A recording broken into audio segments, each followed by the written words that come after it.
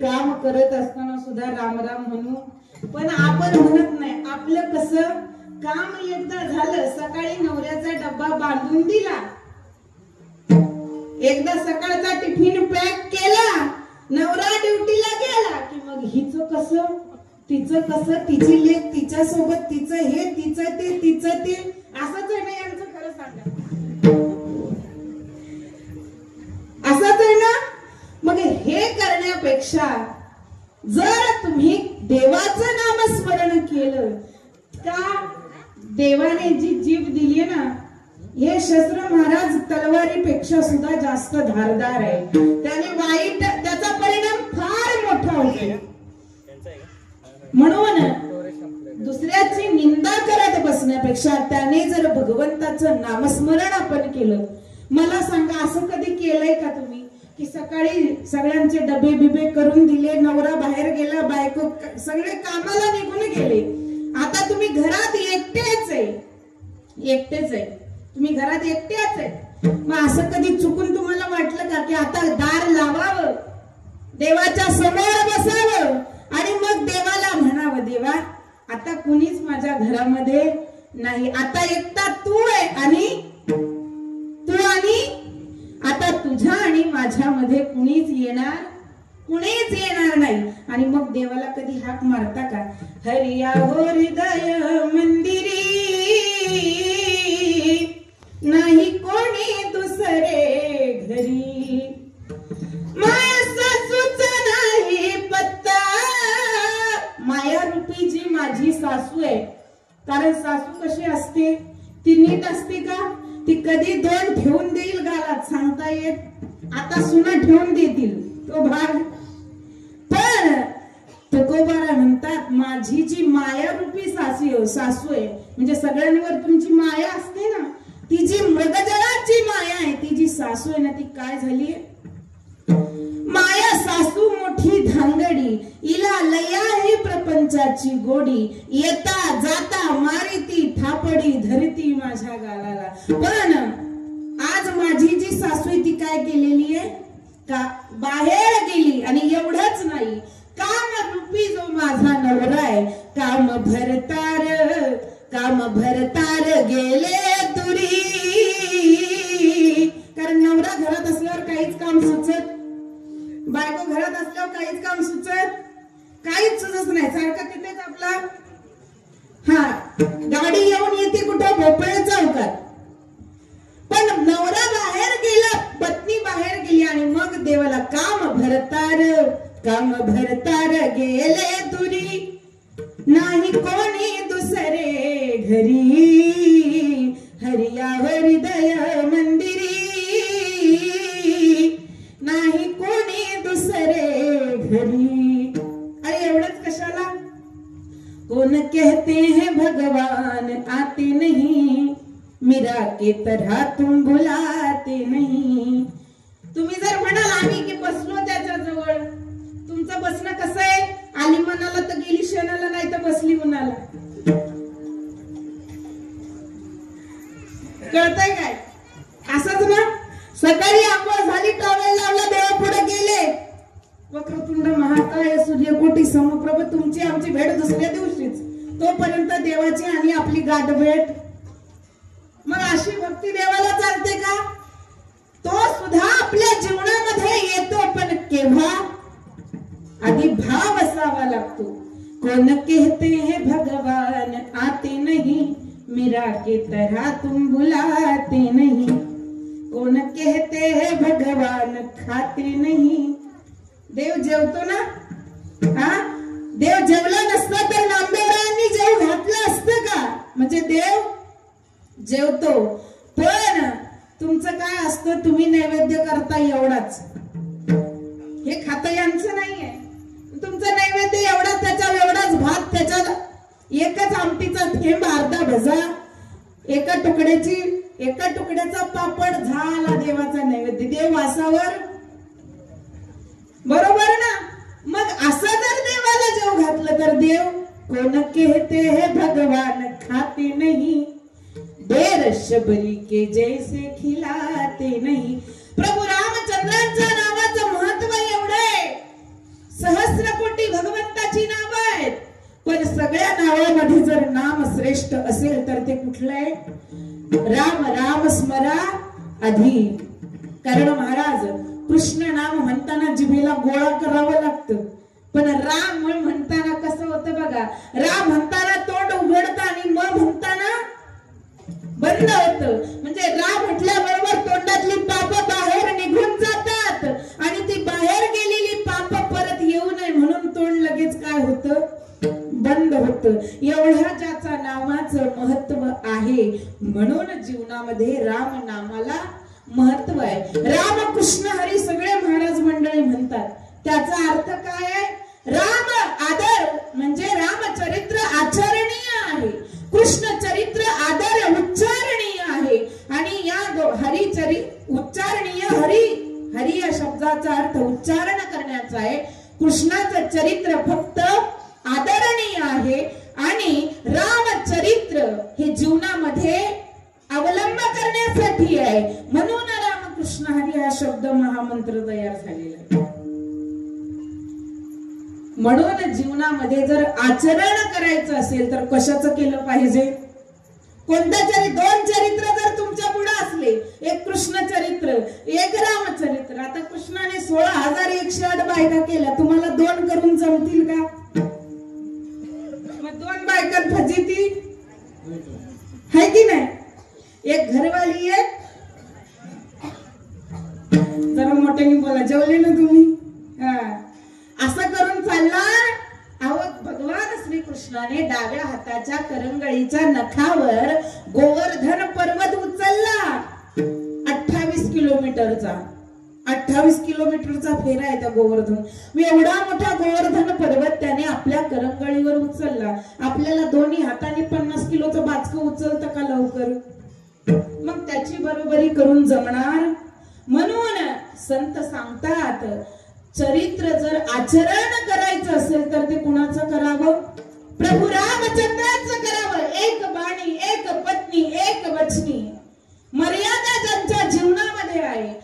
मित्र असावा प्रभू रामचंद्रासारखा, पती असावा प्रभू रामचंद्रासारखा, पुत्र असावा प्रभू रामचंद्रासारखा आणि शत्रूही असावा तरी प्रभू रामचंद्रासारखा. रामायण म्हणतं बाबा रामा जर या जीवनामध्ये सगळं पात्र जर उत्तमपणे जर कुणी निभावले असतील तर ते कोण आहे? माझे प्रभू रामचंद्र आहेत. विठ्ठल विठ्ठल.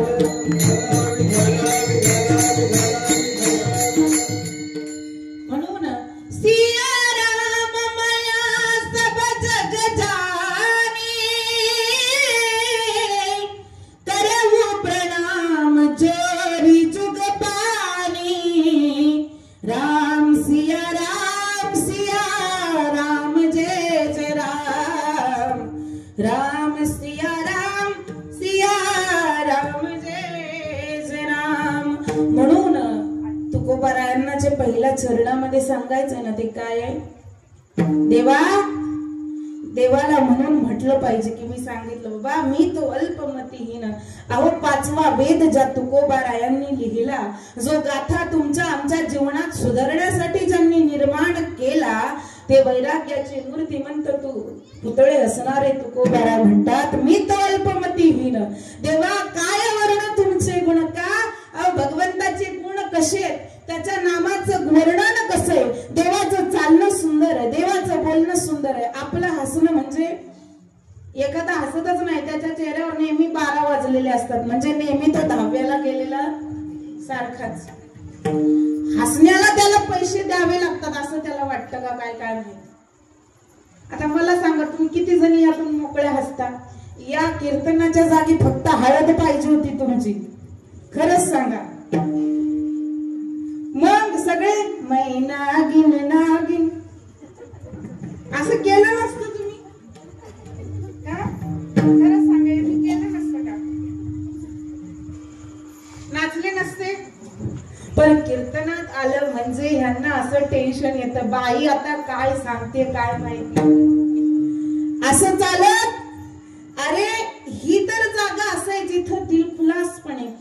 कधीतरी कीर्तनामध्ये तुम्हाला प्रश्न पडले पाहिजे. मग एखाद्या कीर्तनकाराला तुम्ही तो प्रश्न विचारला पाहिजे आणि त्या कीर्तनकाराला जर त्याचं उत्तर देता येईल ना तर तो खरा, नाही तर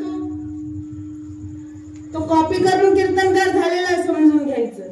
म्हणून कधीतरी आपल्या जनरेशनला प्रश्न पडले पाहिजे. आपल्या संस्कृतीबद्दल, परंपरेबद्दल, आपल्या देवाबद्दल प्रश्न पडायला हवेत ना. मुर्द्यासारखं आयुष्य जगून काय उपयोग आहे? जनावरासारखं ख्यावे खावे बरे असावे सदैव सदा करी हाव संसाराची, एवढंच आपलं आयुष्य. तुमचं तर लय अवघड आहे महाराज. डबा घ्यायचं, कामाला जायचं, घरी यायचं, झोपायचं, परत डबा घ्यायचं, कामाला जायचं, घरी यायचं, झोपायचं, बैलासारखं आयुष्य. मग या आयुष्यामधून कधीतरी स्वतःसाठी वेळ जो काढायचा आणि तो वेळ काढून तो भगवंताच्या कामी लावायचा, त्याला काय म्हणतात? जगणं. त्याला जगणं म्हणतात. भगवंताचे महाराज गुण सुद्धा सुंदर आहे, आपलं जगणं सुद्धा सुंदर नाही. अहो कबीरदास महाराज म्हणतात, माझा भगवंत इतका सुंदर आहे, इतका सुंदर आहे, किती सुंदर आहे. अरे मेरे, त्याचा हसणं आहे ना, त्याला जर हसताने पाहिलं तर मेरे मोहन तेरा मुस्कुराना भूल जाने के काबिल नहीं है. मेरे कान्हा ओ मेरे लाला, मेरे रामा तेरा मुस्कुराना भूल जाने के काबिल नहीं है. जब से देखा है जलवा तुम्हारा होश आने के काबिल नहीं है. 550 वर्ष भगवंत झोपडीत राहिला अयोध्येमध्ये, पण 2022 ला ज्या वर्षी राम मंदिर झालं महाराज, तो आनंद कशात मावत होता का? गगनात सुद्धा मावत नव्हता. आणि भगवंताला गंध लावायला सुद्धा नवरत्नाचा, हिऱ्याचा गंध आहे. आपल्याला हिरा बघायला सुद्धा भेटत. मग त्या प्रभू रामचंद्राला पाहिल्याच्या नंतर जब से देखा है जलवा तुम्हारा कोई आंखों में जचता नहीं है. यूं तो देखे, आतापर्यंत भरपूर सुंदर स्त्रिया, भरपूर सुंदर पुरुष पाहिले, पण देवा जब से देखा है यूं तो देखे बहुत नूर वाले, सारे आलम में तुझसा नहीं है. जब से देखा है जलवा तुम्हारा होश आने के काबिल नहीं है. मेरे मोहन तेरा मुस्कुराना भूल जाने के काबिल, बड़ा मेरे मोहन तेरा मुस्कुराना भूल जाने के काबिल नहीं है. मेरे मोहन तेरा भूल जाने के काबिल नहीं है. देवाला विसरता येत नाही. त्याच्या गुणाचं वर्णन श्रीमद भागवतामध्ये करतात. बरहा पीडम नटवर वपु कर्णयो कर्णिकारम बिभ्रद्वास कनक कपीशम वैजयंतीच मालाम रंध्रान वेणो रतर सुदया प्राविशद गीत कीर्ती वृंदारण्यम स्वपद रमणम. भगवंत कसा आहे? एवढा सुंदर आहे, एवढा सुंदर आहे की गोपिका त्याला म्हणते. एक गोपी तप करत बसली कुठं? यमुनेच्या किनाऱ्यावर. नारद महर्षी आले, तिला विचारतात, अगं ऋषी मुनी तप करतात कुणासाठी? भगवंतासाठी. मग तू कशासाठी तप करतेस? देव तर तुमच्या सोबतच नाचतो, खेळतो, मग तू कशासाठी तप करते? त्यावेळेला ती गोपिका म्हणते, महाराज तो माझ्या मनामध्ये यावा म्हणून मी तप नाही करत. अहो तो माझ्या मनामध्ये आलेला आहे, पण तो आलेला जो आहे ना तो जातच नाही म्हणून मी तप करते. म्हणून मला तप करावं लागतं, कारण तो मला अजिबात सोडत नाही. ती म्हणते त्या कृष्णाला, देवा मेरा छोड़ दे दुपट्टा नंदलाल, सवेरे दही लेके आऊंगी, ना मानो तो कान्हा कंगना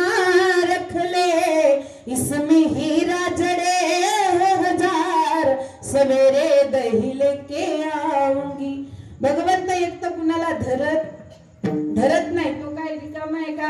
पण ज्यांना धरतो त्यांना सोडत ते काय तुमचं आमचं प्रेम नाहीये. धर सोड करायला. देव एक तर कुणाला धरत आणि ज्यांना धरतो त्यांना आमच्यासारखं वेड बनवतो. आणि वेडा झालो लाचावलो भक्तीसी तुकोबारा म्हणतात. कारण तुका म्हणे येथे पिसे तेथे तैसे असेल. विठ्ठल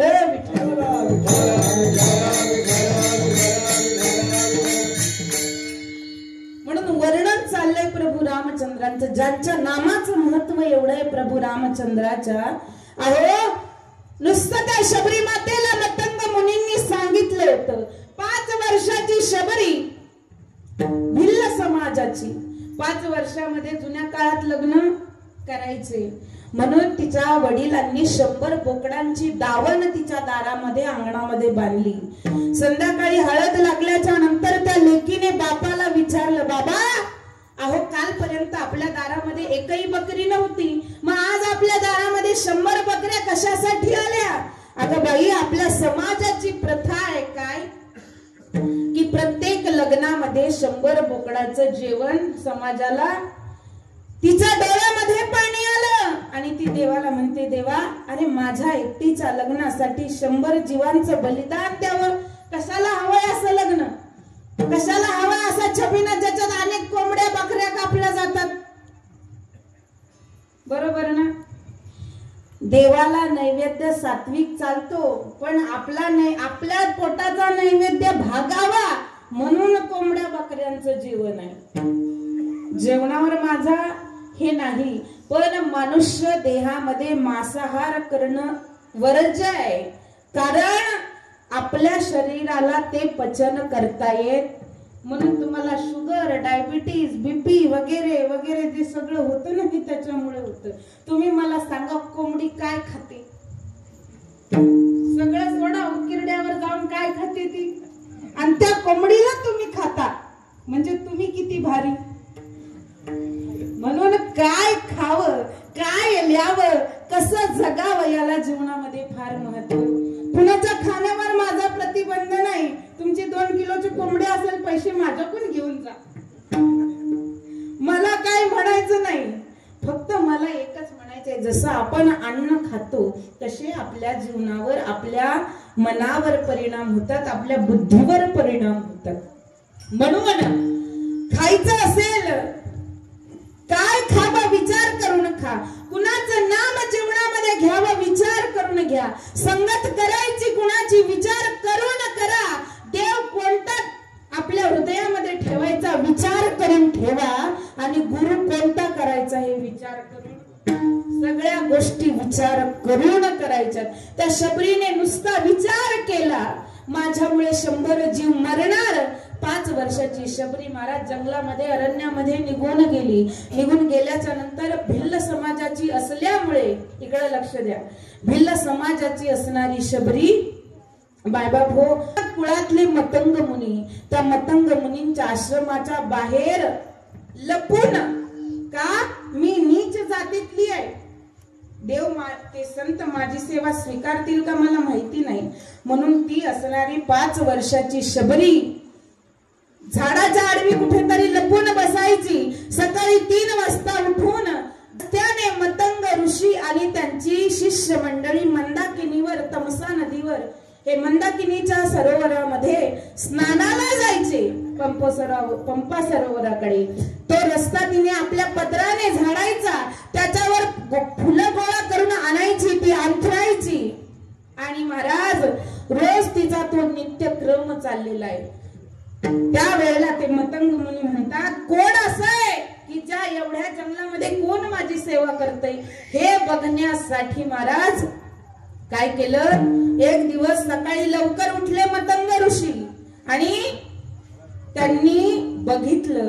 त्यावेळेला शबरी त्यांना दिसली आणि शबरी दिसल्याच्या नंतर त्या शबरीचा हात पकडून मतंग मुनी विचारतात, अगं तू कोण, कुठली, कशासाठी आली? त्यावेळेला ती 5 वर्षाची शबरी घाबरली. म्हणले, महाराज सर्व तिने सांगितलं, वनामध्ये येऊन राहिले मी, मला इथंच राहू द्या. त्यावेळेला तिच्या सेवेवर प्रसन्न होऊन 5 वर्षाच्या शबरीला मतंग मुनी सांगतात, भगवंताच्या नामाचं महत्व सांगते मी, बाई तू याच माझ्या आश्रमामध्ये राहा, एक दिवस माझा प्रभू रामचंद्र येईल आणि तुला भेट दिल्याशिवाय राहणार.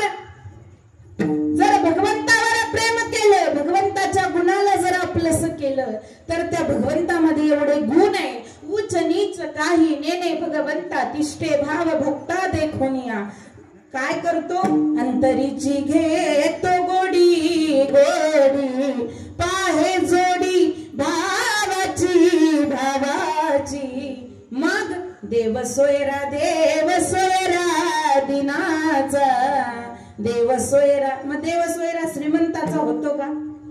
असं म्हणता येतं ज्याच्याकडे पैसे, बाबा हे घे 10 लाख घे आणि अजून 8 दिवसांनी आम्हाला न्यायला ये, आम्हाला असं म्हणता येतं का? असं चालत तिथे काय वशीला चालत नाही महाराज. तिथे भगवंतावर प्रेमच असावं लागतं आणि ते प्रेम स्वार्थी असावं लागत नाही. निरपेक्ष प्रेमाला भगवान परमात्मा भुलतो. भगवान परमात्मा येत नाही. त्या 5 वर्षाच्या शबरीने महाराज, 5 वर्षाची शबरी 84 वर्षाची झाली तरी भगवान परमात्मा आला नाही. एक दिवस हनुमंत रायाला शबरी विचारते, कधी भेटेल रघुपती मजला, सांग बा मारुती मजला, सांग बा मारुती मजला, सांग बा मारुती. रडते शबरी. तुम्ही कधी देवासाठी रडत, तुम्ही कीर्तनात जरी बसले तरी तुमचं चित्त स्थिर राहत, तुमचं अर्धपण घरी आहे, कुणाचं चपली जवळ आहे, कुणाचं देवाजवळ आहे, कुणाचं खाण्याजवळ आहे, कुणाचं कशाजवळ आहे सांगता येणार? हा, त्या मनाला म्हणलं पाहिजे कधीतरी, अरे बाबा रोज इकडं तिकडच उड्या मारतो, 2 तास कीर्तनात बसलंय मन, त्याला असं घट्ट बांधून जरा लक्ष देता का एखाद्या कीर्तनकाराकडे? नाही तर एवढे कीर्तनकार आणायची गरज आपल्याला पडत. एकच पुरेसा होतो जर त्याचं ऐकलं तर. हा, मनाला म्हणता का कधी तुम्ही, अरे अरे मना जरा ऐक बाबा माझं, तू जेवढा पळतोस ना तेवढा त्रास मला होतो. मनाच पळत ना, पोट केवढं आहे, तीच भरच आहे ना. 2 चपात्या 3 चपात्या फार फार 4-5 चपात्या त्याच्यावर खाऊ शकता का? बरं एकदा पोट भरलं मग किती कुणी खा म्हणण्याचा प्रयत्न केला, खाऊ शकता का? मग कशासाठी? मग मनाच्या मागे पळता म्हणून हा त्रास आहे. शबरीने मनाला भगवंताच्या पाठीमागे लावले. आपण मनाला कधी म्हणतो का? त्याला म्हणलं पाहिजे कधीतरी, बाबा मना माझी मना जरा थांबना, माझी मना ओळखू कसे मी तुझे ऋतू, तुझे धावणे मला वेदना, माझी मना जरा ऐकना, माझी मना. तुम्ही असं मनाला कधी तुमचं मन तुम्ही असं सैरा वैरा सोडलंय अजिबात? इथं तुम्ही एवढ्या जणी बसले ना, किती लक्ष आहे तुमचं? आता जर मी फक्त विचारलं की मी आता काय सांगितलं, कुणाला सांगता येणार? मनात लक्ष एवढं पाहिजे, मनाला म्हणलं पाहिजे, बाबा जरा वेळ तरी माझं ऐक, तुझं ऐकून मी जीवनभर जगतोय, पण निदान परमार्थ करताना तरी जरा माझं ऐक, असं मनाला जरा सांगा आपल्या. हा, माझा विषय सोडून हे सांगते कशासाठी? कारण कीर्तन जरी चालू आहे तरी तुमचं कुणाचं मन असं स्थिर नाहीये, लक्ष नाहीये कीर्तनामध्ये. मग किती कीर्तनकार आले काय आणि गेले काय? ते येतात, पाकिट घेतात आणि निघून. काय जातंय त्यांच्या बापाचं? काही जातंय कुणाचं का? आयुष्य जात आहे पहा, काय जपत से महा, शहीदाचा घोर वहा ध्यानी रहा. हा, कारण पाहतो उंदीर घेऊन जाय बोका, तैसा काळ लोका. हा, ज्याप्रमाणे एखादा उंदराचं पिल्लू आहे, ते पिटुकलं उड्या मारतं उंदराचं पिल्लू. मग एक जण ग्लास घेऊन बसलेला असतो पिण्याचा टेबलावर, तिथं ते पिल्लू उड्या मारतं उंदराचं. त्याची आई त्याला सांगते, बाळ्या बाहेर जाऊ नको, मांजर मावशी येईल, तुला तोंडात घेईल आणि खाऊन टाकील. पण महाराज हा काय बाळ्या ऐकत, जसा आपला बाळ्या ऐकत नाही तसा तो उंदराचं पिटुकलं बाळ्या ऐकत. तो काय करतो, उड्या मारतो आणि उड्या मारता मारता जो प्यायला बसलेला असतो ना टेबलाच्या जवळ, त्याचा ग्लास रिकामा झालेला असतो, त्याच्यात घोटभर दारू शिल्लक असते. मग आता मला सांगा, ते उंदराचं पिल्लू केवढं आहे, एवढंच आहे. ते जशी उडी मारतात तशी त्याची उडी कशात जाते, ग्लासात. त्याची उडी ग्लासात गेल्याच्या नंतर ती दारू त्याच्या पोटात. मला दारू पोटात गेल्याच्या नंतर 30 ml पॅक जर तुम्ही पिला तर तुम्हाला रस्ता पुरत. तुम्ही दगडाच्या पोलालाच म्हणता, ए कशाला मध्ये उभा राहिलास रे, बाजूला सरक. हा पिणारी बघा तुम्ही नीट निरीक्षण. मला फार आवडतात महाराज.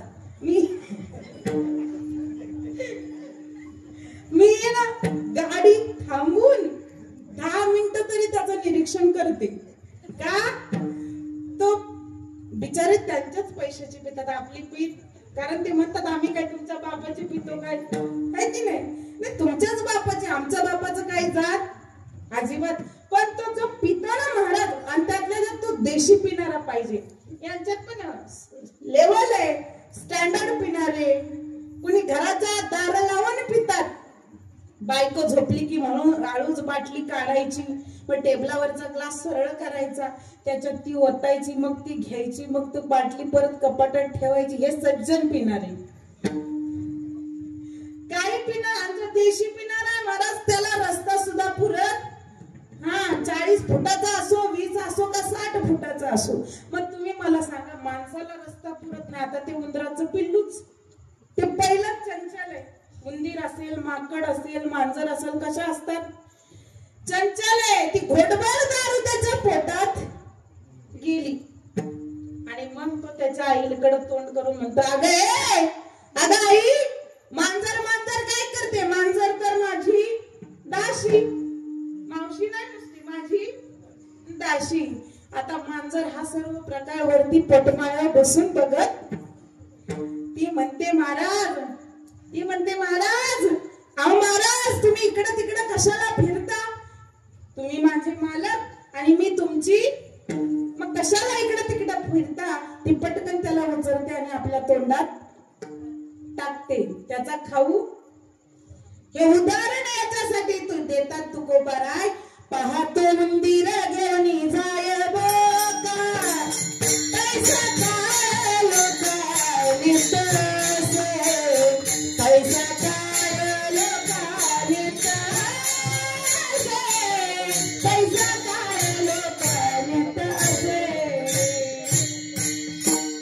पाहतो मंदिर.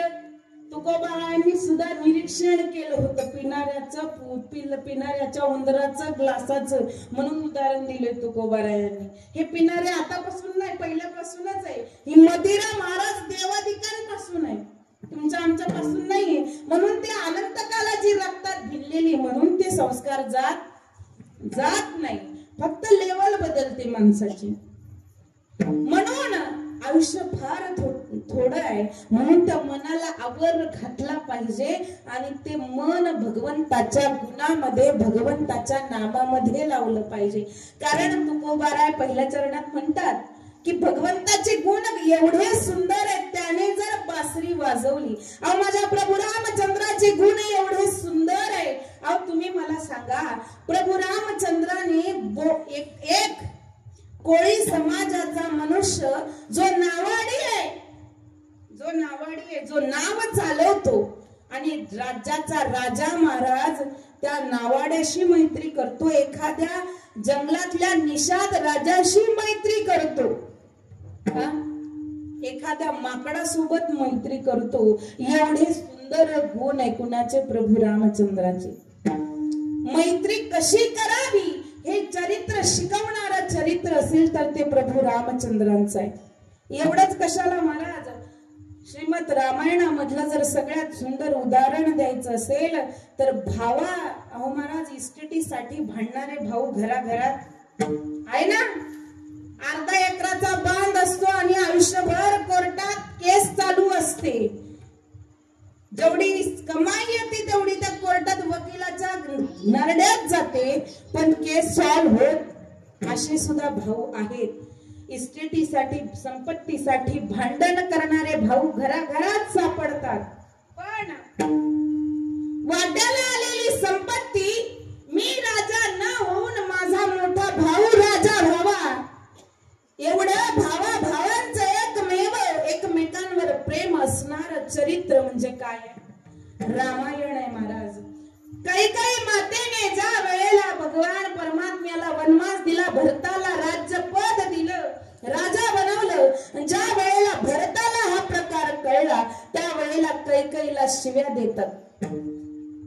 त्यावेळेला कैकेयीला भरत म्हणतो, माते तुला आई म्हणण्याची सुद्धा माझी इच्छा नाही. माझा अत्यंत जीवष्ट कंठस्थ असणारा माझा प्रभू रामचंद्र, त्याच्यापासून तू मला दूर केलं. दशरथासारखा माझा पिता आहे, प्रभू रामचंद्र सारखा माझा भाऊ आहे, लक्ष्मणासारखा माझा भाऊ आहे, पण आज तुझ्यासारखी कलंकिनी माता माझ्या जीवनात आल्यामुळे माझ्या जीवनाला डाग लागला, असं भरत म्हणतो कैकेयीला.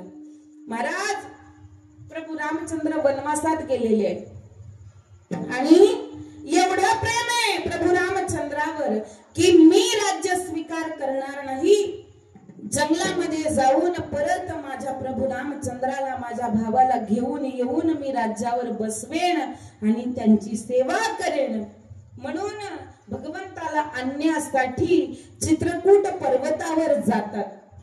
भगवंत समजून सांगतात, 14 वर्षानंतर भरता मी माझं राज्य स्वीकारतो, पण तोपर्यंत वडिलांना दिलेल्या वचनाप्रमाणे तू राज्य सांभाळ आणि मी 14 वर्षाचा वनवास भोगतो. देवा, मला राज्य नको, मला फक्त तुमच्या चरण पादुका द्या, त्या मी राज्याच्या सिंहासनावर ठेवतो, राज्याचं राज्य चिन्ह त्या चरण पादुकांना बनवतो आणि त्या चरणांच्या पादुकांची पूजा करून मी राज्य चालवतो. तुम्ही येईपर्यंत देवा, पण 14 वर्ष पूर्ण झाल्यावर एकही दिवस मी वाट पाहणार नाही. तुम्ही जर सूर्यास्तापर्यंत आला नाही तर स्वतःला जिवंतपणे अग्नीमध्ये मी जाळून घेईन. मग भगवंत आपल्या चरण पादुका प्रभू रामचंद्रांना त्या भरताला देतात. भावाच्या चपला स्वतःच्या डोक्यावर घेऊन राज्यापर्यंत चालत जाऊन राज्याच्या सिंहासनावर ठेवून आणि त्याची चरण वंदना करून 14 वर्ष राज्य चालवणारा भरतासारखा भाऊ हा सुद्धा रामायणामध्येच बघायला मिळतो. तुलसीदास महाराज म्हणतात, शीश पर खडाऊ, खडाऊ म्हणजे काय? चपला. शीश पर खडाऊ अखियों में पानी, राम भक्त ले चला रे राम की कहानी, राम भक्त ले चला रे राम की कहानी, राम भक्त ले चला रे राम की कहानी, राम भक्त ले चला रे राम की कहानी. एवढा सुंदर, फक्त टाळ चालू राहू त्याने मृदुंग. एवढा सुंदर आहे महाराज. काय दृश्य असेल ज्या वेळेला एका भावाच्या चरण पादुका दुसरा भाऊ आपल्या डोक्यावर घेतो आणि निघतो. तुलसीदास महाराज म्हणतात, हो कबर मिलन के फूल खिलेंगे, नदिया के 2 तीर मिलेंगे, जी करता है यही बस जाए, मिल मिल 14 वर्ष बिताएगा. एवढं प्रेम, त्या भावाभावाचं प्रेम बघून वसिष्ठ मुनींसारखे ऋषी सुद्धा रडायला लागले. भावना में बेचले धीर वीर ज्ञानी, भावना में बेचले धीर वीर ज्ञानी, राम भक्त ले चला रे राम की कहानी, राम भक्त ले चला रे राम की निशानी, राम भक्त ले चला रे राम की निशानी, राम भक्त ले चला रे राम की निशानी. कौन जिएगा कौन मरेगा, जाने समय क्या खेल रचेगा, कौन मरेगा बचेगा. 14 वर्षाच्या कालखंडामध्ये कोण वाचणार कोण नाही, पण एवढं प्रेम आपल्या भरतावर करणारा भाऊ, सावत्र भाऊ, म्हणून भावाच्या नात्यामध्ये सुद्धा प्रभू रामचंद्रांचं चरित्र आदरणीय आहे. अहो महाराज, रावणासारखा शत्रू मारला, पण रावण मेल्यानंतर शत्रुत्व तिथेच संपवलं. सोन्याची लंका असणारी त्या रावणाची, पण माझा प्रभू रामचंद्राने त्या लंकेमध्ये पाऊल ठेवलं नाही. म्हणून शत्रू सुद्धा असावा, रावण म्हणतो, तर शत्रू असावा कसा? माझ्या प्रभू रामचंद्रासारखा असावा. पुत्र असावा की सावत्र आईच्या वचनाच्या बापाने वचन दिलंय सावत्र आईला, आणि ते वचन पाळण्यासाठी सावत्र आईला दिलेला शब्द पाळण्यासाठी 14 वर्षाचा वनवास भोगावा नुसता शब्दाच वर. म्हणून पुत्र जर असावा तर प्रभू रामचंद्रांसारखा असावा. म्हणून आणि हे जे प्रभू रामचंद्र आहेत, म्हणून एवढे सुंदर ज्या प्रभू रामचंद्रांचं चरित्र आहे, त्या प्रभू रामचंद्रांचं गुण अत्यंत वर्णनीय आहेत. त्यांनी काय केलं? त्यांनी हे सगळं तर केलंच, पण कपिकुळ उद्धरिले, मुक्त केले राक्षसा, मुक्त केले राक्षसा. कपिकुळ उद्धरिले, मुक्त केले राक्षसा, मुक्त केले राक्षसा.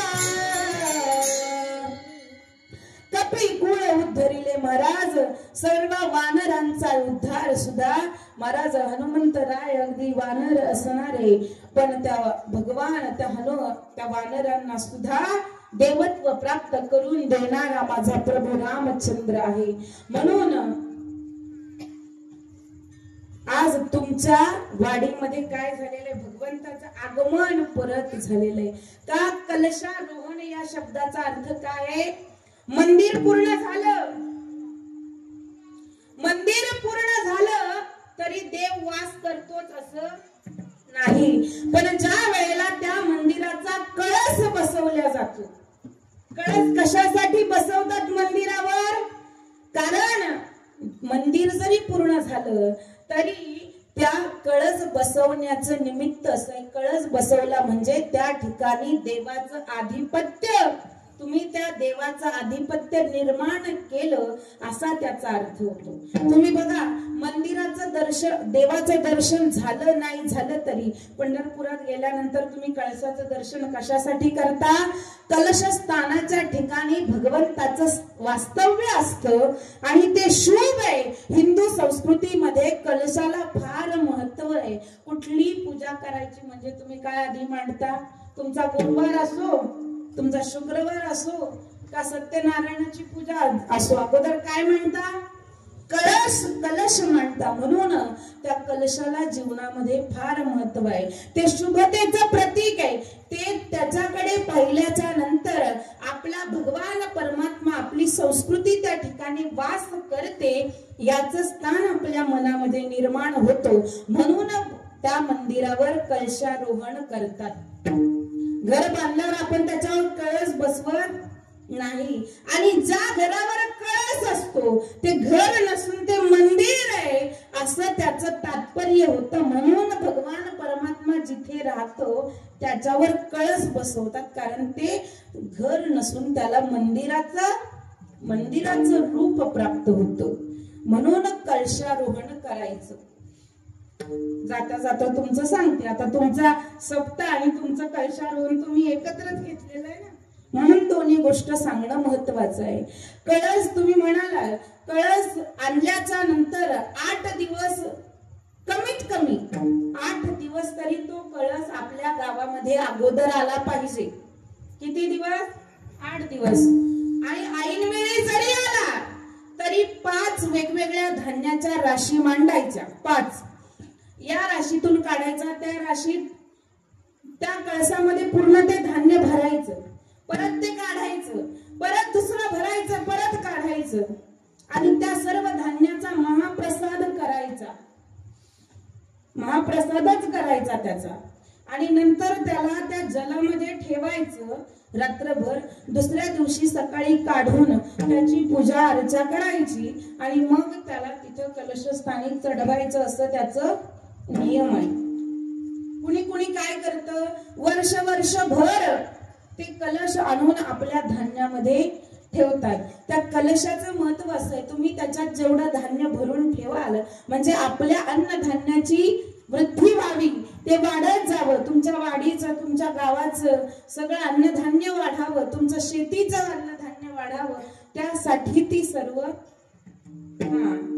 नियम.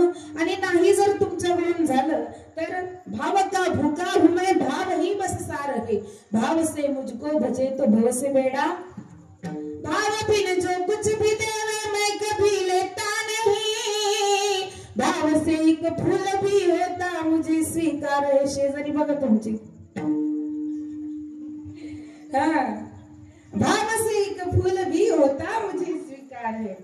जर 8 दिवस झालाच नाही तुमच्याकडून तर काय करा, फक्त अंतःकरणामध्ये भगवंतावर प्रेम असू द्या, तुमच्या मध्ये भाव असू द्या. भावाने देव प्राप्त झाल्याशिवाय राहत नाही. विठ्ठल विठ्ठल.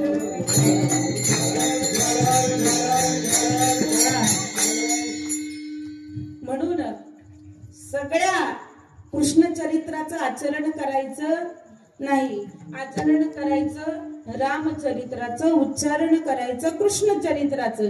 पण आपलं उलट आहे, आपण एक बायको असली तरी बाहेर दुसरी शोधायला जातो, कारण आपण आचरण करतो कशाचं, कृष्ण चरित्राचं, है की नाही. आपण रामायण आपल्याला आवडत नाही जेवढी कृष्ण कथा आपल्याला आवडते.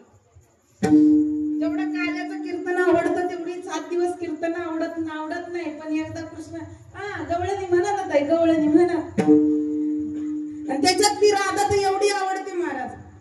कीर्तनकार राधा सांगतात, राधे चल माझ्या गावाला जाऊ, सारं गोकुळ. ही राधा आहे का? अरे राधा आहे ती कृष्ण, कृष्ण आहे ती राधा. भगवंताचा आत्मा म्हणजे राधा, भगवंताचा आत्मा म्हणजे राधा. जिच्यापासून भगवान श्रीकृष्णाच्या जीवनाचं आयुष्य सुरू होतं आणि संतती ते श्री संत म्हणजे राधा. भगवंताची सावली म्हणजे राधा. राधा इथे कृष्ण, कृष्ण इथे राधा. जी हे अशी जी सांगत असतील ना, ती राधा नाही, ती काही तुमच्या शेजारची राधा नाही, चल माझ्या गावाला जाऊ म्हणायला. ती राधा आहे श्रीमद भागवतातली. भगवान श्रीकृष्णाचा आत्मा म्हणजे राधा. एवढंच नाही, बृहस्पती सारखा ब्रह्मदेहा, अरे बृहस्पतीचा शिष्य असणारा उद्धव किती ब्रह्मज्ञानी आहे, पण त्या उद्धवाचा सुद्धा गर्व हरण करून त्याला प्रेम शिकवणारी जगातली पहिली स्त्री संत म्हणजे ती राधा. म्हणते जग मला काय म्हणतं मला फरक पडत, कारण तुम्ही घरात बसा, तुम्हाला कोण काही म्हणणार. तुम्ही 8 दिवस टाळ घ्या फक्त. आता ही नादी लागली वाटतं, आहे ना. आता ही बुवाच्या नादी असं म्हणता ना तुम्ही, हे कोकणातले शब्द आहेत, कारण मी पण सध्या इकडेच राहते ना. तुम्ही टाळ घेतल्यावर तुम्हाला प्रत्येक जण चांगलं म्हणेलच असं नाही. पण ती राधाराणी म्हणते, ज्या वेळेला दुर्वास मुनी तिला म्हणतात ना, राधे अगं सगळी लोक तुला नावं ठेवतात आणि तू काय करतेस, तू त्या कृष्णाच्या नादी लागलीस. ती म्हणते, महाराज देव लोक मला काय म्हणतात याचं मला घेणं देणं अजिबात नाही. समाजाशी मला घेणं देणं नाही. माझा आपला दिन रजनी हाची धंदा, गोविंदाचे पवाडे, रात्र न कळे दिवस न कळे, अंगी खेळे दैवते न कळे दिवस की रात्री, अखंड लागली से ज्योती आनंद लहरीच्या गती, वर्णो मी किती तया सुका. का भगवंतावर माझं एवढं प्रेम आहे, मला जग काय म्हणतं फरक पडत. नुसतं म्हणून चालत नाही. तुकोबाराय त्यावर प्रमाण लिहितात. तुकोबाराय म्हणतात, राधा काय म्हणते, राधा काय म्हणते, वाळत जन माझ म्हणत शिंदरी, वाळत जन माझ म्हणत शिंदरी,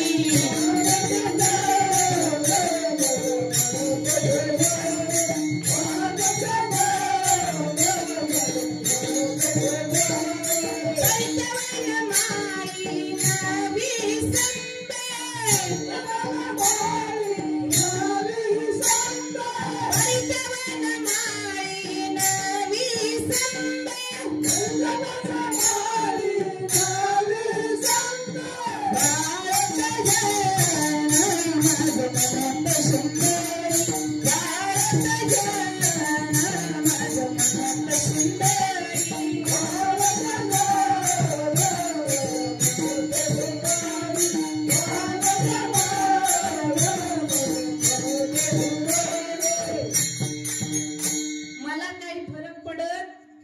शिंदळी म्हणजे काय, आमच्याकडे शिवी आहे, जुन्या म्हाताऱ्यांना माहिती असेल.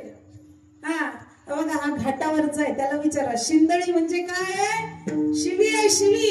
ती राधा म्हणते बाळवत जन म्हणत शिंदळी. शिंदळी म्हणजे गावावर हिंडणारी म्हणो का काही नालायक म्हणो, मला काही फरक पडत नाही. का माझं मन कुठं रमलंय, भगवान श्रीकृष्णाच्या प्रेमामध्ये, नामामध्ये रमलंय.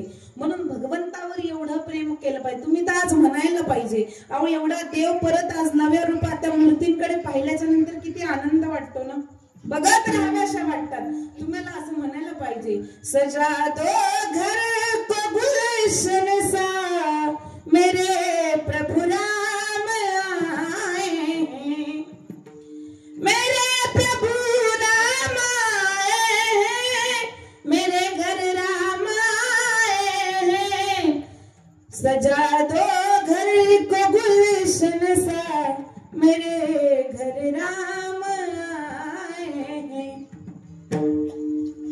पण तुम्हाला आनंद होय, याच्या जागी गावातली एखादं लग्न बिग्न असलं की सगळे तुम्ही नटून थटून असता.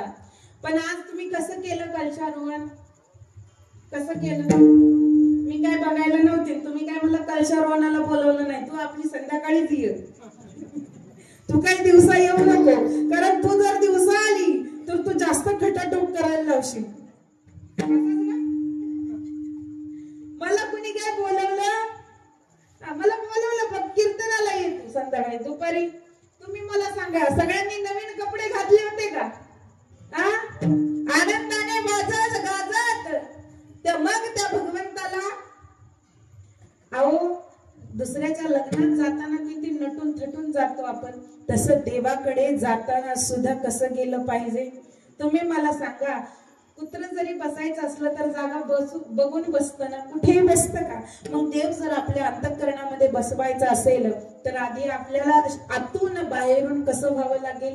त्याला सुद्धा आवडतं सुंदर असणार, सुंदर दिसणार, सुंदर त्याच्यासाठी नटणार थटणार माणूस, त्याला सुद्धा आवडत. म्हणून देवासाठी, कारण त्याचं नाम तर चांगलंच आहे, पण त्याने जर तुम्ही त्याच्यावर प्रेम करता यात नवल नाही. तुम्ही देवावर प्रेम करता याच्यात काहीच नवल नाही. देवाने तुमच्यावर प्रेम करावं याच्यात जास्त नवल आहे की नाही. एखादा मोठा व्यक्ती आहे, ती व्यक्ती तुम्हाला आवडते याच्यात काही नवल. एखादी मोठा कीर्तनकार तुम्हाला आवडतो याच्यात काही नवल आहे का. पण त्या कीर्तनकाराला सुद्धा तुम्ही आवडले पाहिजे, त्याचं प्रेम तुमच्यावर पाहिजे, याच्यात तुमचं भाग्य आहे. तसं देवाचं सुद्धा प्रेम तुमच्यावर पाहिजे, याच्यात तुमचं भाग्य आहे. तुकोबाराय म्हणतात, कपी कुळ उद्धरिले मुक्त केले राक्षसा. देवाचं माझ्यावर सुद्धा तेवढंच प्रेम आहे, कारण देव नुसता देवच प्रेमळ नाही, देवाच्या नामाचं सुद्धा महत्व एवढं आहे की मी शब्दात सांगू शकत किती महत्व आहे देवा. नुसतं तुझं नाम घेतलं तरी अनंत जन्मीचे पाप निघून जातात. नाम मंत्र जप कोटी जातील, रोज म्हणताय ना हरिपाठामध्ये, अनंत पाप निघून जातात. एवढा भगवंताच्या नामाचा प्रभाव आहे. म्हणून तुकोबाराय अभंगाच्या दुसऱ्या चरणात म्हणतात, नाम चांगले चांगले, नाम चांगले चांगले, नाम चांगले चांगले,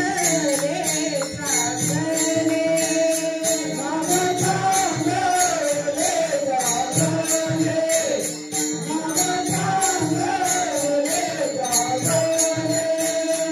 माझे कंठी राव भले, माझे कंठी राव भले, माझे कंठी राव भले, हो कपी कुळ उद्धरिले नाम चांगले चांगले. नाम चांगले चांगले माझे कंठी राहो भले, कारण या नामाने बऱ्याच लोकांचं भलं झालंय. मग तुकोबारायांना विचारलं, कुणाचं भलं झालंय, काही अशी उदाहरणं आहेत का. मग अहो आहे ना आमच्याकडे उदाहरणं. कुणाचं उदाहरण आहे की देवाचं नुसतं नाव घेतल्याने भलं झालं. तुम्ही मला सांगा, संत म्हणतात तो अजमेळ आहे ना, त्याने 5-6 वेश्या घरामध्ये आणून ठेवल्या होत्या. मग त्यातल्या एकीला लेकरं झाली, मग सगळ्यात शेवटच्या लेकराचं नाव काय ठेवायचं म्हणून नारायण ठेवलं. मग संत म्हणतात अजामे पापनाशी तोही नेला देवा वैकुंठासी, तोही नेला देवा वैकुंठासी, तोही नेला वैकुंठासी. म्हणून नाम तुझे रे, नाम तुझे रे, नाम तुझे रे नारायणा. कसं फोडी पाषाणाला पाना, फोडी पाषाणाला पाना, पाषाणाला पाना. नाम तुझे रे, नाम तुझे रे, नाम तुझे रे नारायण. मग एवढ्याच उदाहरणावर महाराज थांबत दुसरं उदाहरण देतात.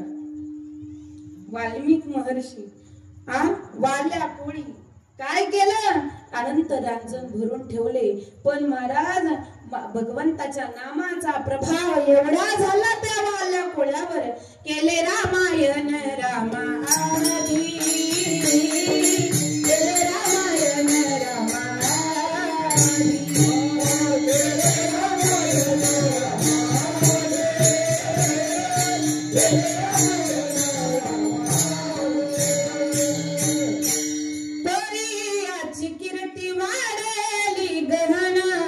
केले रामायण रामाधी. जसं महाराज स्वराज्य निर्माण करण्याच्या अगोदर माझ्या महाराजांनी त्या भोलेनाथाच्या मंदिरात जाऊन शंकराच्या पिंडीवर रक्ताचा अभिषेक केला आणि भवानी नाम आपल्या जिभेवर धारण केल्याच्या नंतर एकदा स्वराज्याचं तोरण बांधलं. ते मरेपर्यंत महाराज स्वराज्यासाठी लढत राहिले.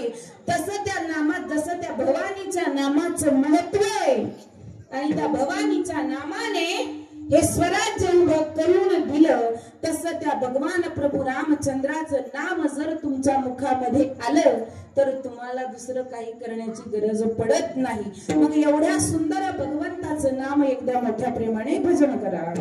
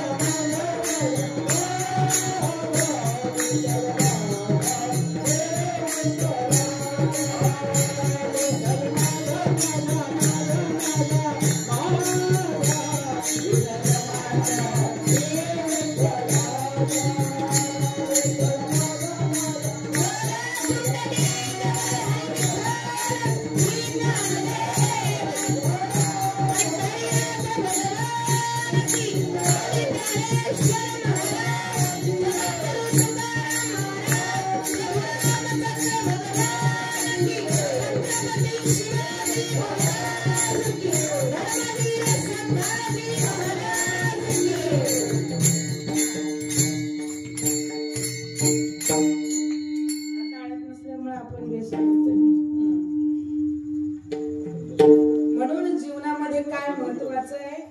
नाम महत्वाचं आहे. मग तुम्हाला कृष्ण आवडत असेल ना, मग त्याचं घ्या तरी चालतं ना. कोणाला जर लय भोळा महादेव पटत असेल तर तो घ्या, कुणाला लय भवानी आवडत असेल तर ती घ्या, कुणाला राम आवडत असेल तर राम घ्या. पण नाम काय करा? कंठामध्ये धारण करा. कारण महाराज अहो, देवाला जीवनामध्ये जर धारण केलं तर इतर दुसऱ्यांकडे रडून काय फायदा? तुम्ही मला सांगा. वडार समाजातल्या बायका माहितीये तुम्हाला? वडार समाज माहिती आहे काय? माहित आहे ना? असं जोरात बोला. आताशी वाटतंय कीर्तन कोणतरी कीर्तन. मग मला सांगा, पूर्वीच्या म्हाताऱ्या वडाराच्या चोळ्या घालत नव्हत्या घालत ना? जुन्या म्हाताऱ्यांना विचारा. मग तुम्ही मला सांगा, एखादी आपल्यासारखी त्या म्हातारीकडे गेली, ती म्हणली बाई माझ्याकडे साडी आहे पण चोळीच नाही, लग्नाला जायचंय, जरा चोळी देतेस का? ती काय म्हणत, बाई हे बघ मी चुकडी आहे, तुला कुठून? हा, मग तुम्ही मला सांगा, तुम्ही जर एखादा अगोदरच रडत असेल आणि तुम्ही त्याच्याकडे गेले, बरोबर ना, तर तो म्हणणार मीच रडतोय, मी काय तुला गप्प करू? मग इतर कुणाकडे जाण्यापेक्षा तुम्ही जर भगवंताकडे गेलात तर दुसरे कुणाकडे जाण्याची गरज पडत. त्याच्या जवळ जर रडलात तर दुसरं कुणाकडे, कारण महाराज जग एवढं भारी आहे ना, तुम्ही जगाला काहीतरी सांगायला गेले की ते रडून ऐकणार. नाटक करण्यात एक नंबर आहे माणसाची जात. हा, मनुष्य जात फार स्वार्थी, फार नीच आहे. तुम्ही बघा, ज्या वेळेला आईच्या गर्भामध्ये असतं बाळ, तेव्हा त्या देवाला 7व्या महिन्यात त्याला सगळे जन्म आठवतात आणि मग त्या देवाला म्हणतो, देवा एक वेळ करी या दुःखा वेगळे. माझा मोबाईल द्या बरं, जरा तानपुरा लावते मी, हे सगळं विसरून गेले. एक वेळ करी या दुःखा वेगळे, एक वेळ करी या दुःखा वेगळे. कधी म्हणतो आपण? ज्या वेळेला लेकरू आईच्या गर्भामध्ये आहे आणि आईच्या गर्भामध्ये असताना 7व्या महिन्यात त्याला सगळे जन्म आठवतात. तिथे काय उकडतं? तिथे काय एसीचा बंगला? का आईच्या गर्भामध्ये एसीचा बंगला आहे का? अजिबात नाही.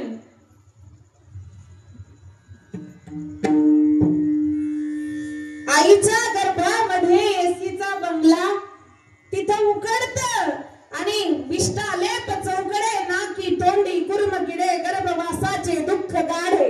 तिथं लावू माहिती कवना पुढे सांगावे. मग देवाला म्हणत असतो, देवा एकटाच या दुःखातून मला मोकळं कर. मग देव विचारतो, ला जर मी पोटाच्या बाहेर काढला गर्भाच्या तर तू काय करशील?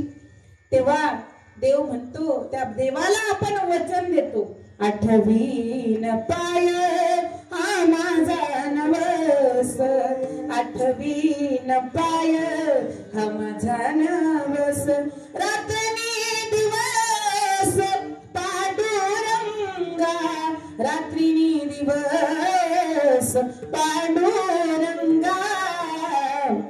पण तेच बाळ जेव्हा बाहेर येतं त्याला उलट करतो डॉक्टर, 2 पाय एका हातात धरतो आणि पाठीवर मागून टीव्हीवर जेव्हा चापट मारतो, ते रडतं ना, ते रडत नाही, ते देवाला म्हणत असतो केव्हा केव्हा केव्हा. ते टेहा टेहा करून रडत नाही, ते देवाला म्हणतो केव्हा केव्हा केव्हा केव्हा. म्हटलं आपण एवढे लबाड आहे, गरज सर्व आणि वैद्य असं आहे. असे भक्त अहो, कधीतरी देवाला म्हटलं पाहिजे, देवा ये ना जरा, बस माझ्याजवळ.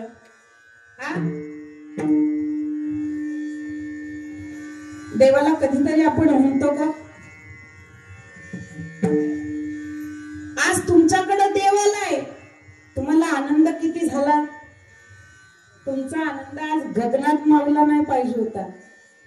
हा, कबीरदास महाराज म्हणतात, हेरी सखे मंगल गावरी धरती अंबर सजावरी आज उतरेगी पी की सवारी हेरी कोई काजल लावरी मोहे कला टिका लगावरी उनकी छब से दिखूं मैं तो प्यारी हेरी सखी मंगल गाओ. देव आल्याच्या नंतर मंगल गीत गायले पाहिजे. मग देव आला ना, तुमच्याकडे एक तर देव येतच नाही.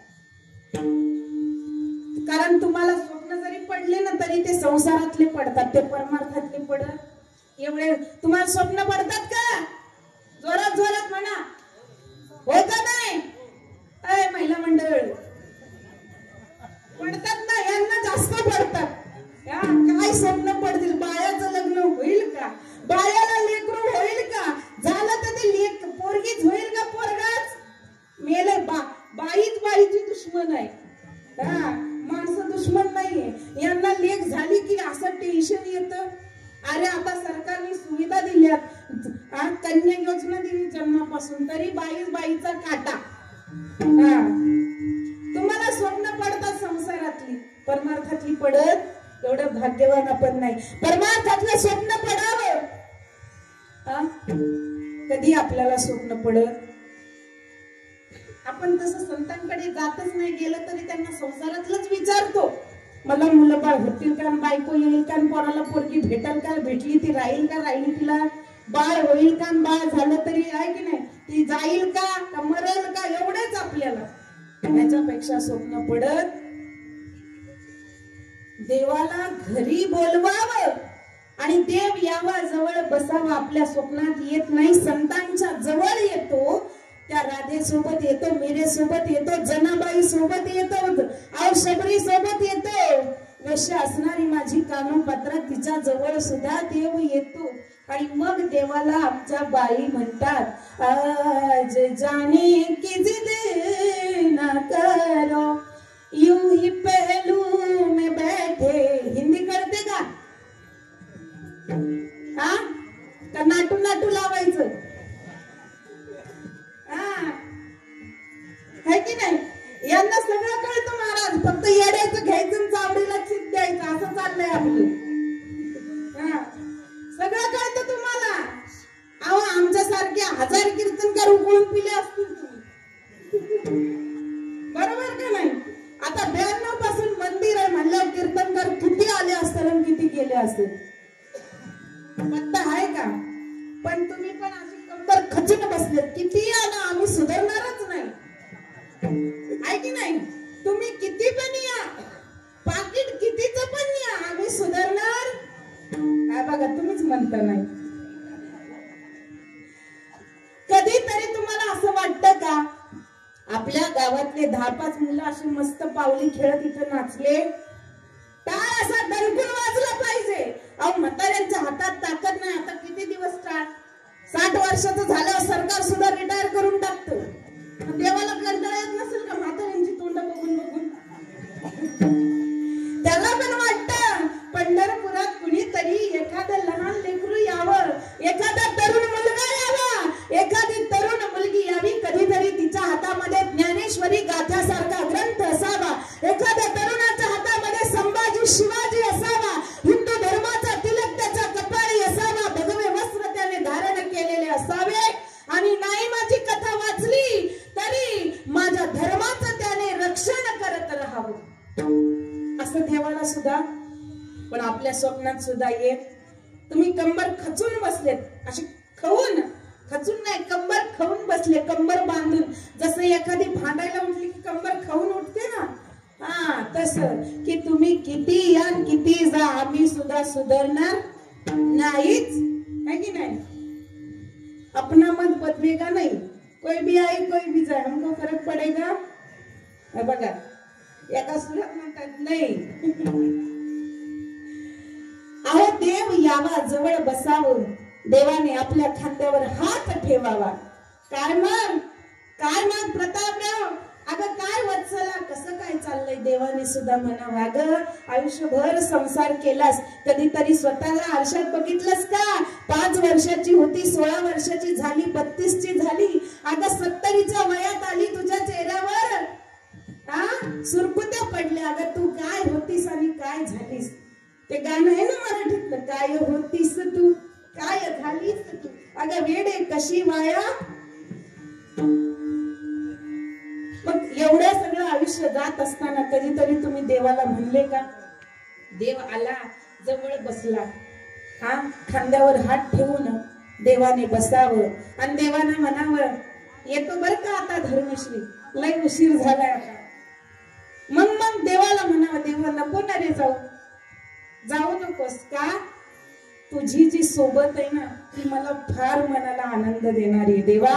अरे तू जर जीवनातून गेला ना तर सगळं गेल्यासारखं वाटतं, म्हणून देवा आज आलायस ना माझ्या जवळ तर जाऊ नको.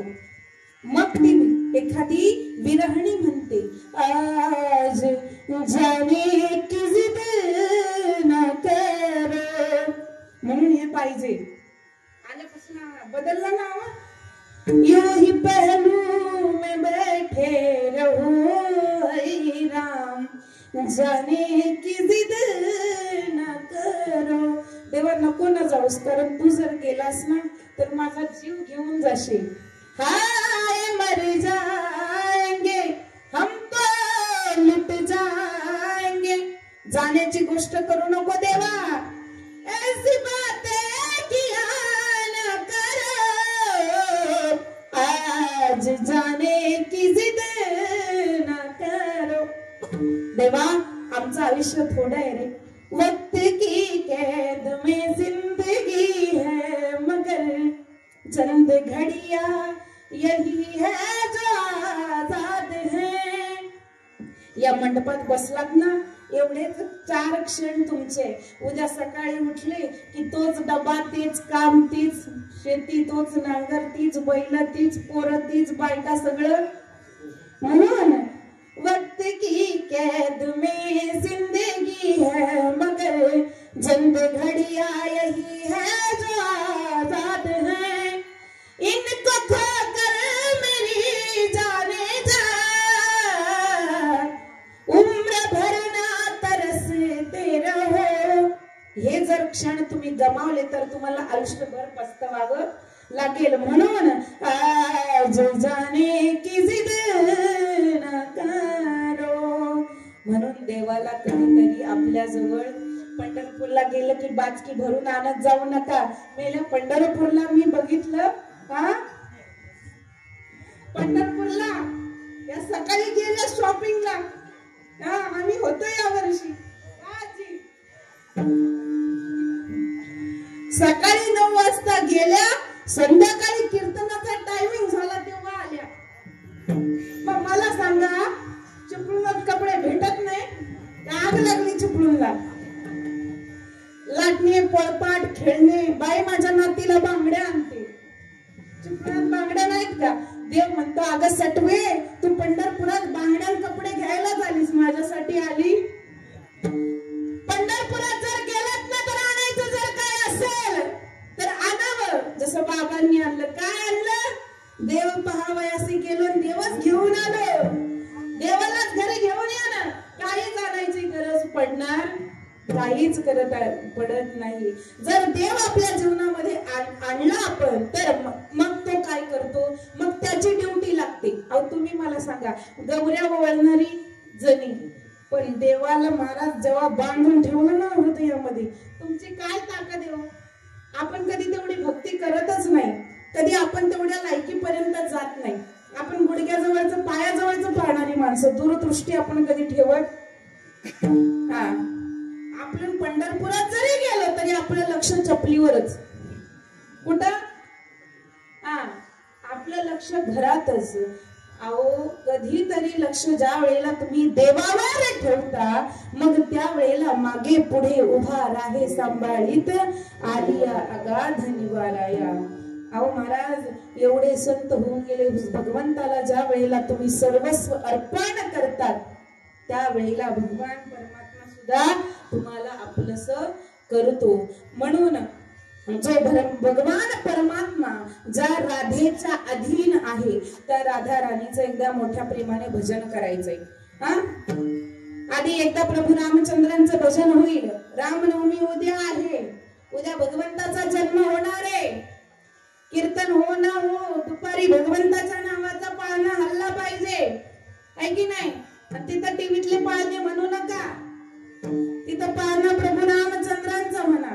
आपल्याला पाळणे बी म्हणता येत नाही. आपली लेकरं निजली की आपण म्हणतो हड कुत्र्या हड कुत्र्या हड, त्याची जीवनभर. खरंच सांगा, तुमच्या सुनाम नातवांना झोपी घालतात काय गाणे म्हणतात, काय काय म्हणतात आजी?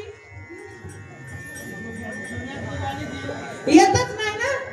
हा, अरे जिजाबाई साहेब बाळ शिवाजींना ज्या वेळेला महाराजांना आऊसाहेब झोपी घालतात त्या वेळेला म्हणतात, गुन्नी बाळ असा जागसी का रे वाया, तो निजरे निज शिवराया. बाळाला झोपी घालतात. हा, एक शिवाजी राजे ज्या वेळेला पाळण्यामध्ये झोपतात आणि आऊसाहेब राजा शिवाजींना म्हणतात, अरे झोप. ज्याप्रमाणे ती मदानसा बाळाला म्हणते, अरे बाळा झोप, पण असा झोप की जागी राहून झोप. त्याप्रमाणे आऊसाहेब म्हणतात, गुन्नी बाळ असा जागसी का रे वाया, तो निजरे निज शिवराया, तो तिकडे अफजल खान, हा इकडे सीती जवान, कधी जाशील रे बात्यांना धराया, तो निज रे निज शिवराया, गुन्नी बाळ असा जागसी का रे वाया, तो निज रे निज शिवराया, तो निज रे निज शिवराया, तो निज रे निज शिवराया.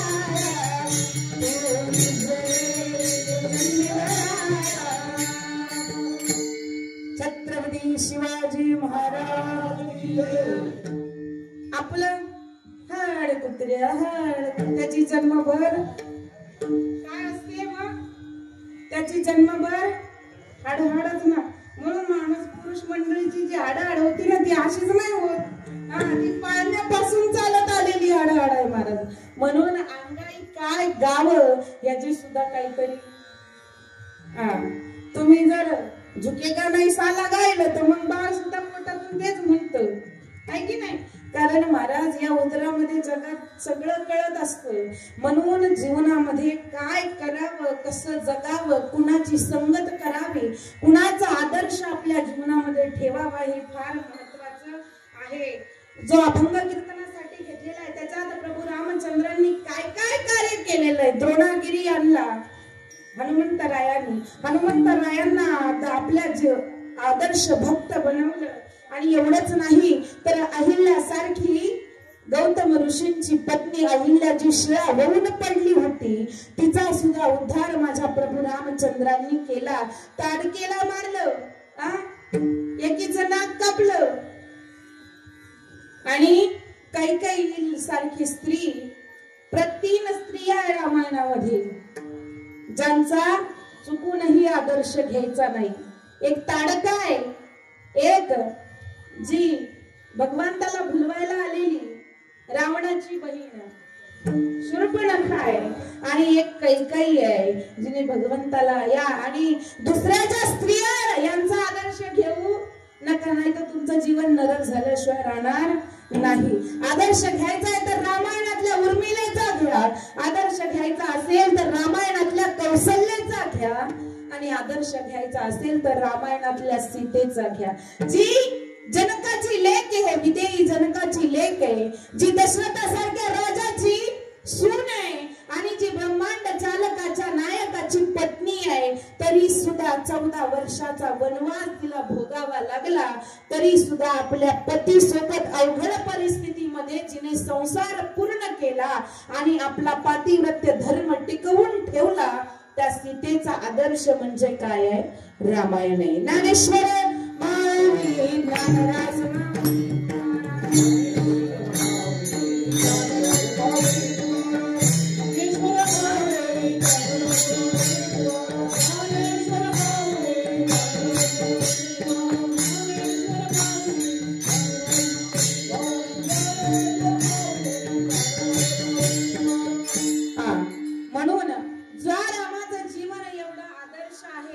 जे राम राजीव लोचन आहे, ज्या भगवंताकडे पाहिल्याच्या नंतर सावली सूरत पे रामा दिल दीवाना हो गया। का एक तो तेरे होठ पतले, दूसरा लाली लगी, तीसरा तेरा मुस्कुराना दिल दीवाना हो गया।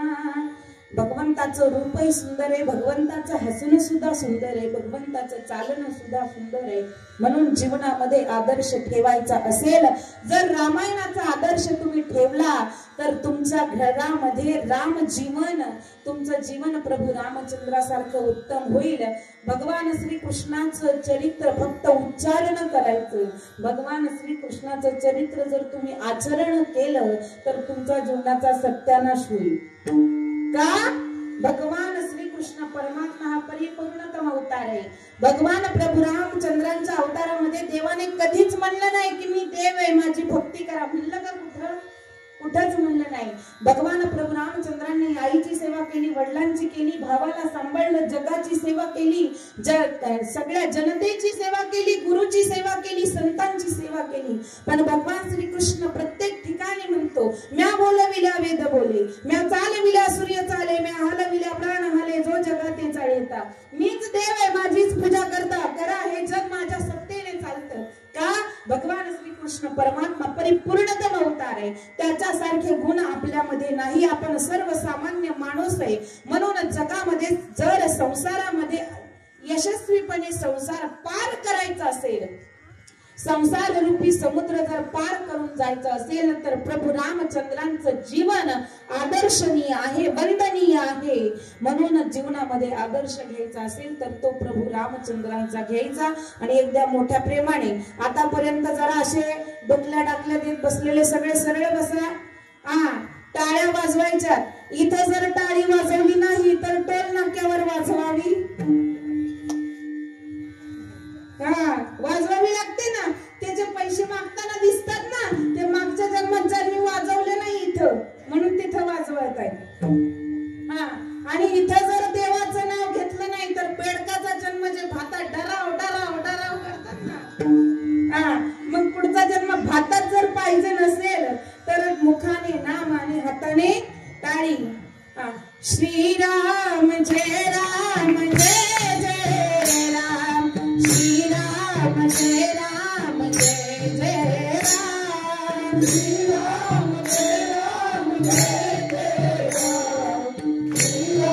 जय राम जय जय राम, श्रीराम जय राम जय जय राम, श्रीराम जय राम जय जय राम, श्रीराम जय राम जय जय राम, श्रीराम जय राम जय जय राम, श्रीराम जय राम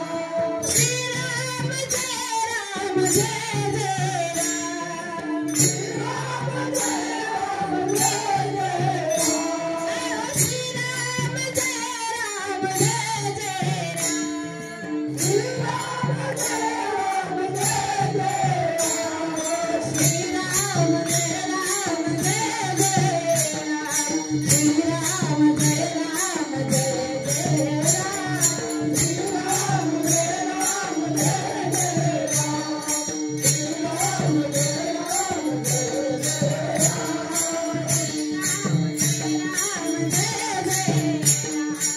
जय जय राम, श्रीराम जय राम जय जय राम, श्रीराम जय राम जय जय राम, श्रीराम जय राम जय जय राम,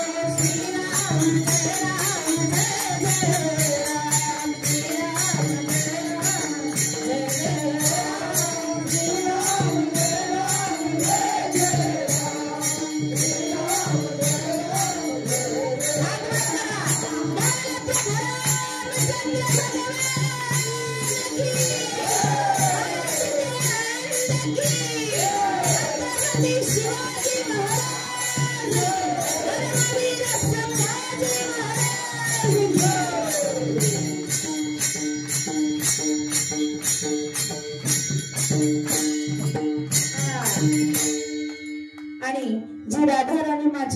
पात्री आहे, जी राधा माझ्या जीवनात असल्यामुळे, जो भगवान श्रीकृष्ण माझ्या जीवनात असल्यामुळे, जे वृंदावन माझ्या जीवनात असल्यामुळे माझ्या भक्तीच्या कार्याला कळस चढलेला आहे. म्हणून त्या राधा राणीचं भजन एकदा मोठ्या प्रेमाने करायचंय.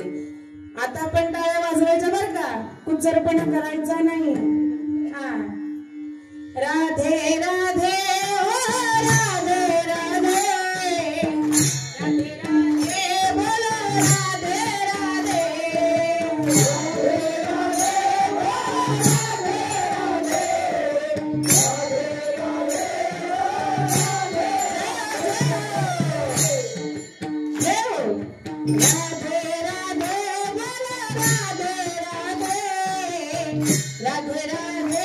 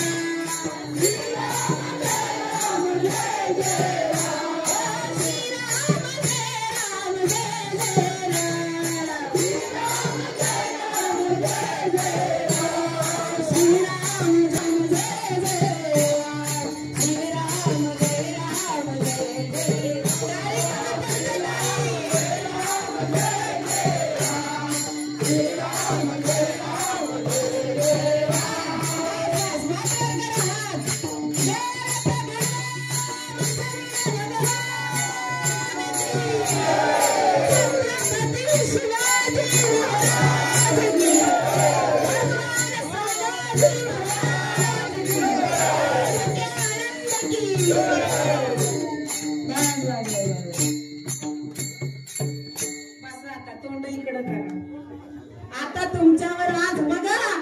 एकदा भगवंताच्या कीर्तन झालं ना, एकदा दर्शनाला आतमध्ये जा, भगवान प्रभू रामचंद्रांची मूर्ती तुमच्याकडे बघून नक्की हसत असेल. का देवाला सुद्धा आता आनंद झाला असेल. सकाळपासून माझा कळस चढवला पण असे नाचले, आताशी नाचले. आता जरा मला बरं, कारण आता माझ्यासाठी नाचतायत. रोज हळदीत नाचून नाचून बेजार होतात म्हाताऱ्या सुद्धा. नातीची हळद असली आहे की नाही, मला तरी बोलवा कधीतरी. पण आता खरंच भगवंत कसा झाला असेल, खुश झाला असेल ना. म्हणून नाचायचं कुठं याचं सुद्धा अक्कल असली पाहिजे माणसाला. इथं जर नाचलं ना तर तुमचा भाव वाढतो, देवाच्या नजरेमध्ये तुमचं प्रेम वाढतं. म्हणून इथं नाचा, नाचो कीर्तनाचे रंगी, ज्ञान दीप लावू. अभंग फार सरळ घेतलेला आहे, फार अवघड काय मी घेतला नाही. कारण भगवान रामनवमीच्या दिवशी तुम्हाला चरित्र सांगणारच आहेत कीर्तनकार. प्रत्येक वर्षी तुम्ही ऐकत आलाय, ही भरत रामभूमी आहे, इथं सगळं भगवंताचं चरित्र माहिती. पण नव्याने परत परत परत परत ते आपल्याला आपण ऐकावं. इतकं सुंदर प्रभू रामचंद्रांचं चरित्र आहे. ज्याप्रमाणे तुमचं मन बघून, तुमचं वातावरण बघून, तुमची मन ओळखून जसा अभंग सोडवता आला तसा सोडवण्याचा प्रयत्न केला. कारण अभंग जर गांभीर्याने तुम्हाला सोडवला असता ना मी, तर फक्त इथं कोण नसतं, पक्वादावाला मीच असते, विनेकरी. तुम्ही सगळे गेले असते, कोणी आणलं रे हिला असं झालं असतं, म्हणजे बाबाच्या नावाने शिमगा. म्हणून काय होतं, समोरच्यांचं मन बघून, तुमच्या मनाची व्याकुलता बघूनच कीर्तनकाराला सुद्धा कीर्तन करावं लागतो. ज्या कीर्तनकाराला ते कळत नाही ना, मग तो कीर्तनकार फेल. काय करणार? कारण तुम्हाला जे पाहिजे, तुम्ही सांगा कपड्याच्या दुकानात तुम्ही गेले, तुम्हाला जी पाहिजे ती साडी दाखवली तर बरं, नाही तर बाई परत जाते ना. तसंच आहे, काय करता. असं सुंदर अभंग आहे, भगवंताचं चरित्र सुंदर आहे, सुंदर तुमचं नियोजन आहे. अहो तुम्ही एवढ्या 32 घरांच्या, फक्त 32 घरांची वाडी आहे. आणि आमचे माजी सरपंच असणारे आमचे शिंदे बाबा, आताच त्यांच्या सुद्धा पत्नीचं निधन झालेलं आहे. पण तरी सुद्धा सगळी तुम्ही मंडळी एवढ्या आनंदाने हे कार्य करताय, ह्याच्यात खूप मोठं प्रेम आहे. देव काय नाही पाहत, किती मोठ्याने मोठं करताय, याच्यापेक्षा किती प्रेमाने करताय हे तो भगवंत पाहतो. आणि तुमचं प्रेम आज त्याच्यापर्यंत पोहोचलंय. म्हणून एवढ्या आनंदाने आजचं कीर्तन सेवा पार पडलेली आहे. नाही तर काय आहे महाराज, आम्ही पण नखऱ्याचे आहेत. तुम्ही आमचं पण कसं एक चांगलं खायची सवय पडलेली, चांगला मृदंग वादक, 10-100 टाळकरी, आणि मग त्याच्यातले चांगले चांगले गायक. पण काही नसताना, सगळं वातावरण एकदम गरिबासारखं असताना पण गरिबाची सेवा सुद्धा भगवंताला मान्य होते.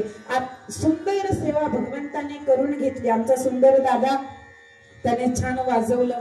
आमचे विनेकरी बाबा असतील, आमचे सरांचं नाव काय मला माहिती पाहिजे, आणि साळवी सर, त्यांचे शिक्षक म्हणजे शिक्षक आहे, नोकरी असून सुद्धा आज या ठिकाणी आले.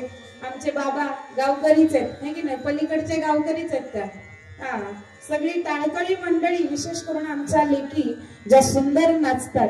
लेकीने कीर्तनात नाचावं याच्यासाठी सुद्धा आई बापाचं नशीब लागतं.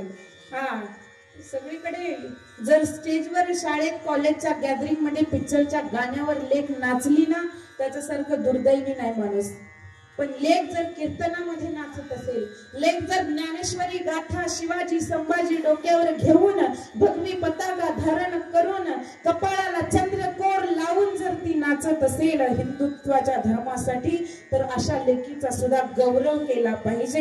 एकदा सगळ्यांसाठी टाळ्या वाजवा ना.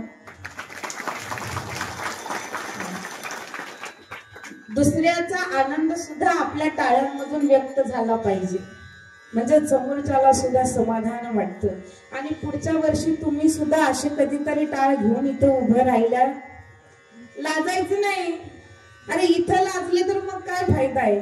जेवढ्या आनंदाने तुम्ही डीजे समोर नाचता, तुम्ही आता म्हाताऱ्यांना म्हणायला पाहिजे, आता तुम्ही रिटायर झाले, आता टाळ आमच्या गळ्यात येऊ द्या, आता पखवाज आमच्याकडे येऊ द्या, आता आम्हाला सुद्धा पावली खेळू द्या, तुमच्याकडून आम्हाला शिकवा. आम्हाला आला नाही तर तुम्ही आम्ही शिकतो आणि आम्हाला सुद्धा इथं नाचू कीर्तनाचे रंगी आणि ज्ञानदीप लावू भगवंताने अत्यंत आनंदाने सेवा पार पडून घेतली. साऊंडवाला दादांचे परत एकदा धन्यवाद. हा, मला सुरुवातीला कोणतरी म्हणलं पैसे द्या मग आम्ही घेऊन येतो. साऊंड मंदिराचा आहे का? नाही ना. मग मंदिराचा साऊंड ज्या वेळेला घ्याल त्या वेळेला माझ्याकडून 5,000 रुपये कधीही घ्यायचे. बाबांकडून नंबर घ्यायचा माझा, बरोबर? मंदिराचा साऊंड ज्या वेळेला मंदिराचा साऊंड घ्याल त्या वेळेला माझ्याकडून 5,000ची पावती इथं जाहीर करते. कारण आमचं काम असते दिनरजनी हाची धंदा गोविंदाचे पवाडे. आम्हाला इकडून त्याच्याच मुळे येतात, आम्ही त्याच्याच कामाला लावतो. माझा आजही येणारा इन्कम त्याच्याच कामाला, त्याच्यामुळे मला फरक पडत. कारण मी फकीर माणूस आहे, आपण काही संसारी. आपलं इकडं आलं इकडं गेलं काही फरक पडत नाही. म्हणून सांगून ठेवते, हा, जो तरुण वर्ग कुठे गेले डिकेबा सगळी मंडळी ध्यानात ठेवा. कधी बाबांकडून माझा नंबर घ्यायचा आणि धर्मश्रीला कॉल करायचा. असं म्हणल्या होत्या, बरोबर ना? सर्व महिला मंडळ आमचे विणेकरी असतील. विणेकरांचं नाव पण मला काय माहिती, घाणेकर. घाणेकर बाबा दादा, त्यांची पण खूप सुंदर साथ. सर्व नाचून गाऊन परत ज्यांनी इथपर्यंत बोलवलं आमचे बाबा, तुमच्या यांच्यासारखे रत्न तुमच्या गावामध्ये आहे. संप्रदाय घडवून आणणं, परमार्थ घडवून आणणं खूप मोठी गोष्ट आहे, बरोबर ना? सगळ्यांना एका माळेत टिकून ठेवणं लय अवघड आहे महाराज.